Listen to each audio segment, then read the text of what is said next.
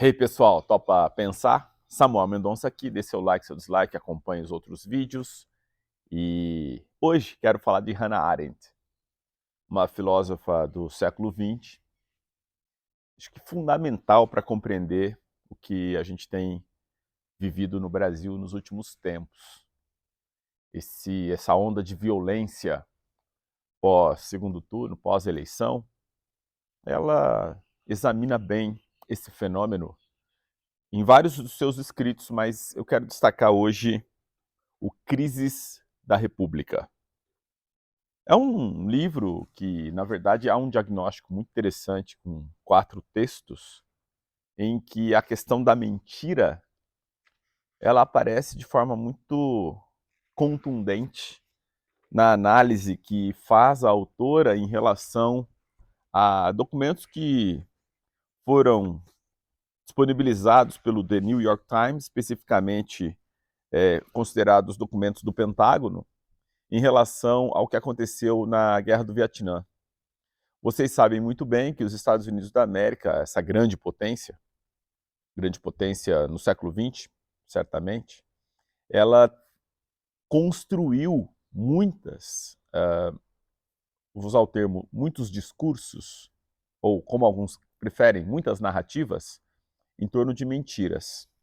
Vocês devem se lembrar, quem estava já com idade suficiente para acompanhar o que aconteceu por ocasião da destruição das Torres Gêmeas, vocês devem se lembrar do que aconteceu tempos depois, as mentiras que foram fabricadas em relação ao Afeganistão, as mentiras que foram fabricadas em relação a supostas armas químicas envolvendo os Estados Unidos e também, naquele momento, né, o Reino Unido.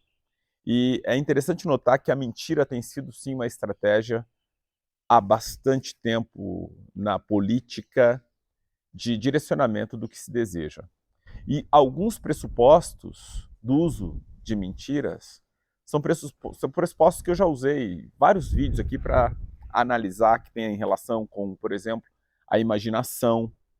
Você cria sempre um cenário de imaginação e vai afirmando ali suas mentiras. A Hannah Arendt, nesse livro, ela trata dessas questões todas e eu recomendo fortemente que você eventualmente possa conhecer esse escrito.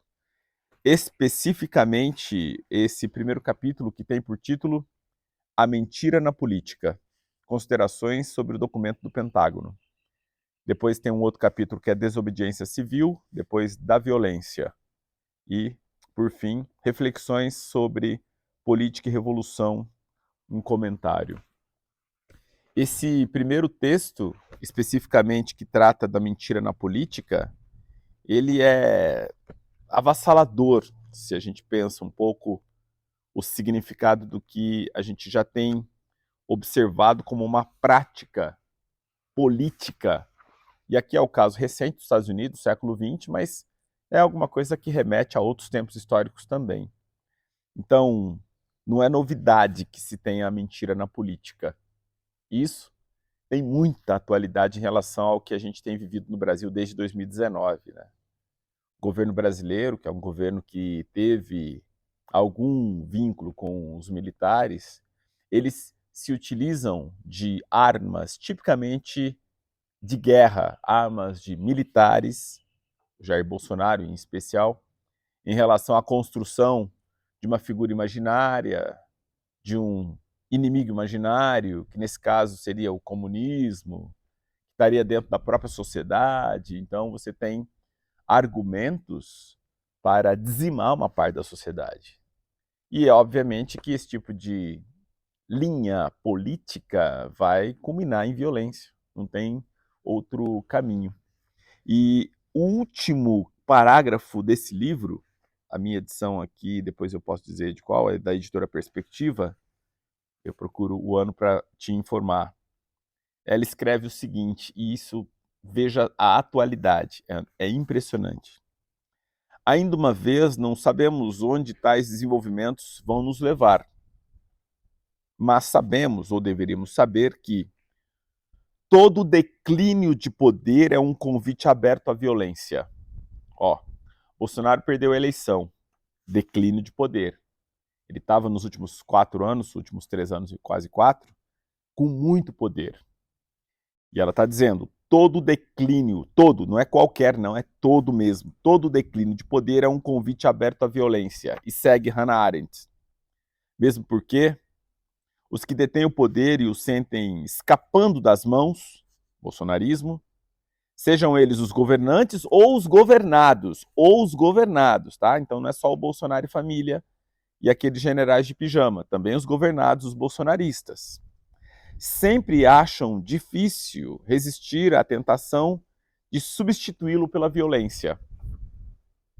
Escapando o poder, substituição pela violência. O que nós temos notado nos últimos tempos, desde a proclamação da vitória do Lula, se não casos de violência no Brasil todo? O sujeito que enforca uma criança de 6 anos, porque a criança disse Lula lá, uma criança de 6 anos ficou desacordada. Violência. Ou aqueles marginais em Jundiaí que simplesmente entraram num ônibus para violentar jovens adolescentes, porque os jovens adolescentes simplesmente fizeram o símbolo de Lula, coisa do gênero. Então, esses atos de violência, neste caso em particular, que estão sendo colocados em prática pelos governados, pelos bolsonaristas, esses atos já estão aqui no diagnóstico da Hannah Arendt como uma espécie de consequência inevitável daquele que tem o declínio do poder. Curioso notar que em 2018, quando o Fernando Haddad perdeu aquela eleição, nós não temos casos de pessoas que foram parar o trânsito, impedir o direito de ir e vir, impedir, portanto, a liberdade. Nós não tivemos nada disso. Não tivemos casos de violência, nada disso. Simplesmente as pessoas entenderam que perderam a eleição e aí simplesmente foram fazer política. E fazendo política conseguiram agora, em 2022, reverter e Lula consagrou-se presidente. No entanto, todo declínio de poder é um convite aberto à violência. Não significa, portanto, que todo mundo que perde poder naquele momento não era declínio de poder, porque o Haddad não era presidente, o Lula não era presidente, o PT não era presidente, o presidente era o Temer.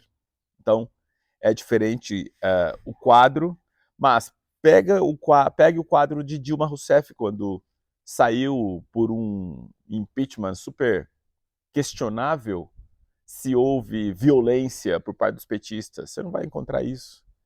Por quê? Porque você tinha um líder, que no caso era o Lula, antes de ser preso, que teve muito cuidado em dizer que as nossas armas eram as armas que estavam dentro do espectro da lei.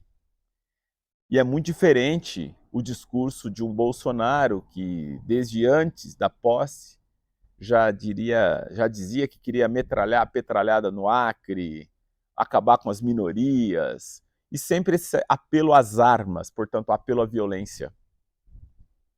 Ó, só não percebe quem não quer ver. Bolsonaro e o bolsonarismo, ele é truculento na sua raiz, na sua definição. Eu diria, estrito senso, ele é um ato de violência.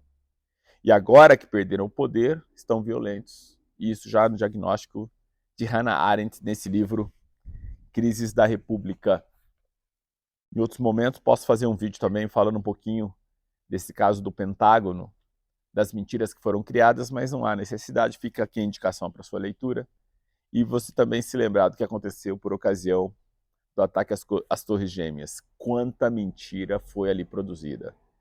Pega esses casos para comparar que Bolsonaro ele segue um padrão, o padrão Trump de mentir, de direcionar a opinião pública com os meios mais sujos que ele tenha para poder direcionar e construir o seu discurso. E aí, topa pensar?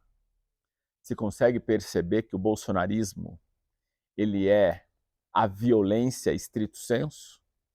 Ou você ainda quer acreditar que tem alguma coisa boa porque ele usa termos tipicamente do nazismo? Família, pátria e Deus. Exato. Deus, família, pátria, Deus, coisa do gênero.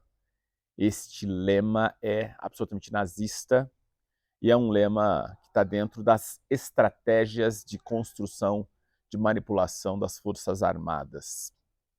Bolsonaro segue certinho o caminho, e por isso ele teve êxito, e por isso ele tem tantas pessoas o seguindo. Aqui é Topa Pensar e, portanto, quem sabe a gente possa ajudar a que algumas pessoas que estão só enganadas nesse meio possam acordar.